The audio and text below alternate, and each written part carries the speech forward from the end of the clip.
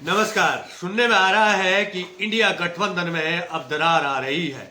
अब ये दरार कितनी गहरी है, इस दरार में इंडिया गठबंधन समा जाएगा या फिर इंडिया गठबंधन के कुछ नेता बच जाएंगे।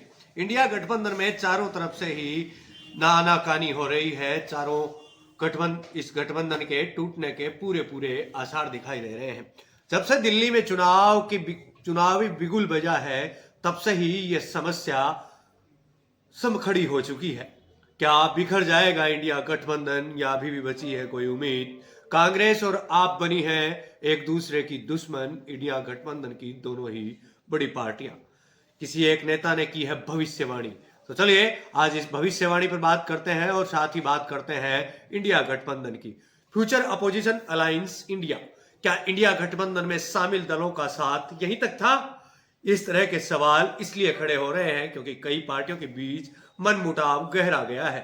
दिल्ली विधानसभा चुनाव के बीच आम आदमी पार्टी और कांग्रेस एक दूसरे की दुश्मन बन गई हैं।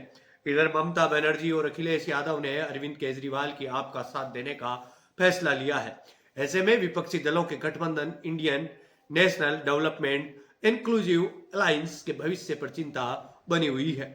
अब ये जगजाहिर हो गया है कि इंडिया गठबंधन में दो फाड़ हो चुकी हैं, बड़ी रार चल चुकी है, बड़ी दरार आ चुकी है। क्या क्या होगा इंडिया गठबंधन का भविष्य? बात करते हैं इसके ऊपर। यह सवाल इसलिए अहम है क्योंकि लोकसभा चुनाव 2024 में विपक्षी दलों के गठबंधन ने भले ही बहुमत हासिल नहीं कर पाई थी, लेकिन संसद में विपक्ष की ताकत में जबरदस्त इजाफा हुआ था। अगर विपक्षी दल बिखर जाते हैं तो जाहिर है कि भविष्य में इंडिया गठबंधन की क्षमता पर भी इसका असर पड़ेगा।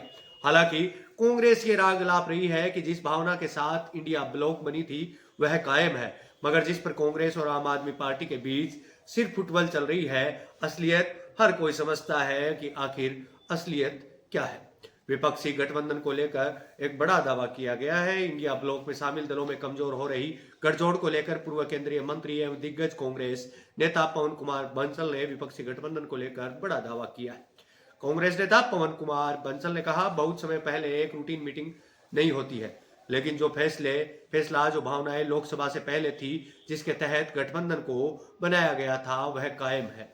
भारतीय जनता पार्टी देश के लिए सही नहीं है और नीतियां उनका विरोध किया जाए। कैसे सरकार को एक ही रास्ते में चलने पर मजबूर किया जाए। उन्होंने कहा कि हमारे स्वतंत्र सेनानियों ने जो सोचकर हिंदुस्तान बनाया था, उसको भाजपा तोड़ मरोड़ रही है। उसे रोकने के लिए हमने अलायंस के अस्तित्व की जरूरत है।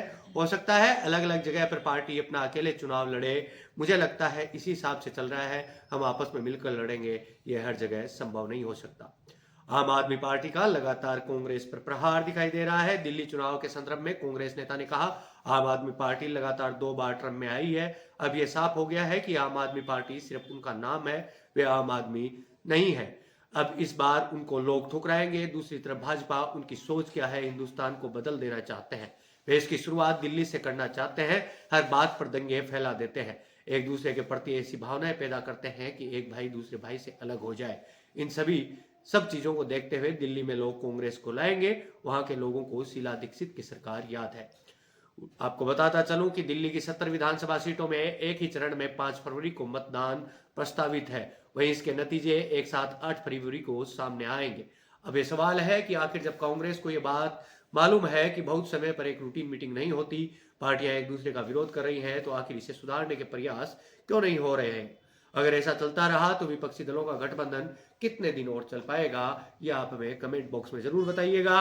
क्या इंडिया गठबंधन अब वापसी के दौर में है या फिर विघटन के दौर पे चल चुका है, या फिर कुछ हो सकता है? मैं अभी चलता हूं, मिलते हैं किसी ऐसे ही अन्य वीडियो में। तब तक के लिए आप बने रहिए देवम बाट के साथ।